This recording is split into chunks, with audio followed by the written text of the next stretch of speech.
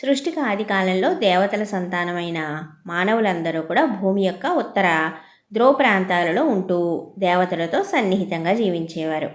ఆ ప్రాంతాన్ని ఎప్పుడూ కూడా సూర్యుడు ప్రకాశించే ఉండేవాడు కాబట్టి అక్కడ కాలమానం అనేది ఉండేది కాదు. అక్కడి మానవులలో ఆది దంపతులు యముడు, అతని భార్య యమి. యముడు సూర్యుడికి కొడుకే. కొంతకాలం గడిచాక యముడు చనిపోవడం జరిగింది. మానవులలో అదే తొలిచావు కావటం చేత మిగిలిన మానవులకి దాని అర్థమేంటో అర్థం కాలేదు. వారు అర్థం చేసుకోలేకపోయారు. అప్పుడు దేవతలు వచ్చి అమృతం తాగని మానవులందరూ కూడా కొంతకాలానికి యముళ్లాగే చనిపోతారని, అది మానవులకి మరణదశ అని, మరణం పొందిన అనంతరం మానవ శరీరాల్ని పంచభూతాలలో చేర్చవలసి ఉంటుందని వారికి అందరికీ కూడా అర్థమయ్యేలా తెలియజేశారు. అయితే మానవులలో మొట్టమొదటిగా చనిపోయిన వాడు యముడే కాబట్టి బ్రహ్మ, ఇంద్రుడు మొదలుగా గల దేవతలు అతనికి గౌరవం చేయదలిచి పితృలోకానికి అధిపతిగా చేశారు. ఈ లోపల భూమి మీద యమి తన భర్త కోసం అదే పనిగా ఏడవసాగింది.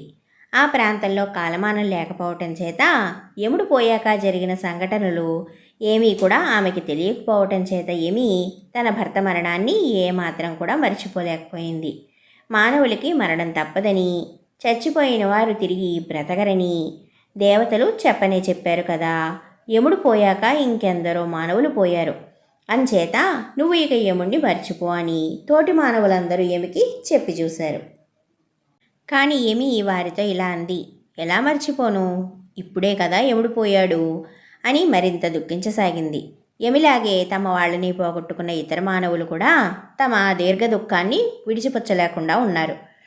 ఇది చూసిన దేవతలు మానవులకి కాలమానం ఏర్పాటు చేస్తే గాని వాళ్ళు తమ దుఃఖం నుంచి విముక్తిని పొందలేరని అనుకుని దేవతలు వెంటనే సూర్యుడిని ప్రార్థించి నువ్వు ఉత్తర దిక్కు నుంచి దక్షిణ ధ్రువం వైపుకి వెళ్ళాలి అని అడిగారు. వెంటనే సూర్య భగవానుడు అలాగే చేశాడు. వెంటనే రాత్రి వచ్చి లోకాన్ని ఆవరించింది. ఆ రాత్రి రాకతో మానవులు నిద్రపోయారు. వారి దుఃఖం ఆ నిద్రలో దూరం అయిపోయింది. అయితే రాత్రి ఎంతవరకు ఉండాలి అనేది నిర్ణయం కాలేదు. ఈ దీర్ఘరాత్రిలో రాక్షసులు విజృంభించి గోవుల్ని, ధాన్యాన్ని కొల్లగొట్టసాగారు.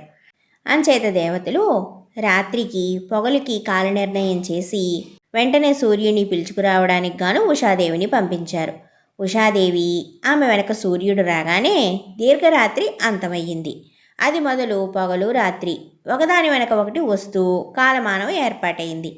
అప్పటికి రాత్రి వేళ రాక్షసులు విజృంభించి ఘోరాలు చేస్తూ అడ్డం వచ్చిన వారిని హతమార్చసాగారు.